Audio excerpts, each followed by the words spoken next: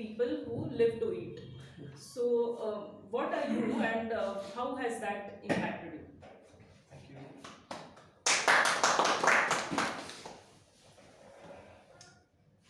Good morning, everyone. Good morning. Good morning. This is one constant debate that goes on in the kitchen between my wife and me. Of all the polar opposite things that we have opinions on, food is something that is going to engage us in debates endlessly, even in the kitchen and in the dining table, on the dining table. My wife is of the opinion that everything has to be healthy, whatever you eat should be of nutritional value, it should add whatever is required for the body and just not for the palate. And I'm exactly of the opposite kind. You can see me eating near all those small shops, the fried rice, the egg fried rice, the chitrana that they give, the lemon rice that they give for 40 rupees, which is amazingly tasty. Believe me, the lemon rice that you get on the roadside, the taste can never ever be reproduced in any five-star hotel of any country. That's my take. You could be guessing where I am going with this kind of analogies, right?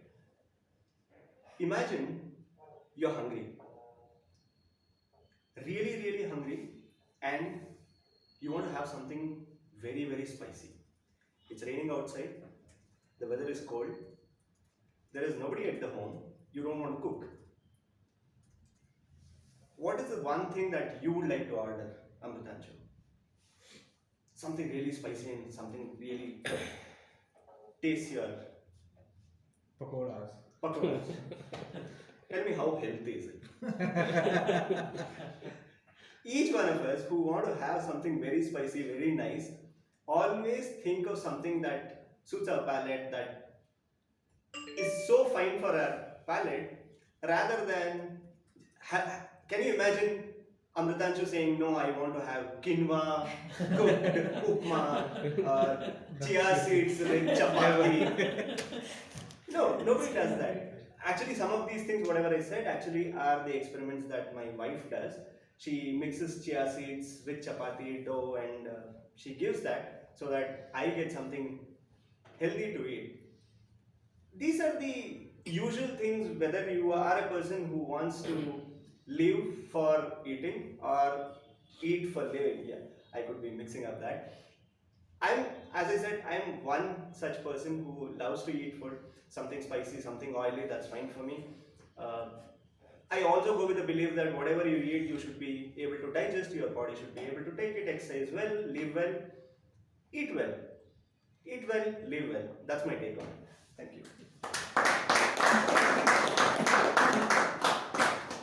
Thank you. I think that was quite expected in terms of opinion. So, going to the next table topic, let me digress from the theme maybe. So, let's assume there is a status update meeting, a regular status update meeting at work.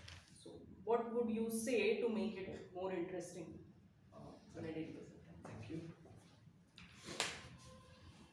I think most of us would have lived our corporate lives. Pranati could be entering soon, is what I believe. She's still around 12th. Okay. Yeah, these are all the tips that you can take and write it down, or your father would have given you already. What usually happens in a status meeting is exactly a setup like this, a long table, and unlike all the interested faces that I see here, there are a lot of disinterested people also who enter the meeting. In all these setups, usually it so happens we will have a manager like Subramaniam who will keep asking statuses, saying that, Abhay, what did you do last day? How was that bug fixed? Pallava, did you email the customer that I told you 2 weeks ago, which you haven't done still? Anantha, why are you so late for the office? Why are you drinking so much of coffee these days? All such things. So these are all part of the status updates, okay? These questions could come from a person like Subramaniam. No offense. And there will also be very, very diligent worker, very hardworking person like Apurva, who would have done everything to the T and to the crossing the T and dotting the I, and she would be expecting the same level of commitment from each one of us. And there will be somebody like, say, Sriram, who wants to talk a lot. These are the usual, however small is the meeting room, this is the usual demography of any status meeting. And Sriram just wants to talk on and on and on. We all know that what he has done yesterday, because he was talking with his girlfriend for 3 hours outside the cubicle, and we all have seen him. But he wants to project as if he has done the biggest achievement ever in the history of corporate world. He wants to say, yeah, this was the bug that I fixed. It was not traceable at all. For me to reproduce this, I had to borrow 2 other machines, 4 other hardwares, cables which were not suiting, and I could reproduce this scenario only in the 567th attempt. And we all believe it. That is the conviction with which people like Sriram say. Then there is also a person like Saurabh who could be feeling little sleepy because all this crap that is going on in the meeting doesn't interest him at all. What is he interested in is just finish off the meeting. Probably I'll book a movie ticket and go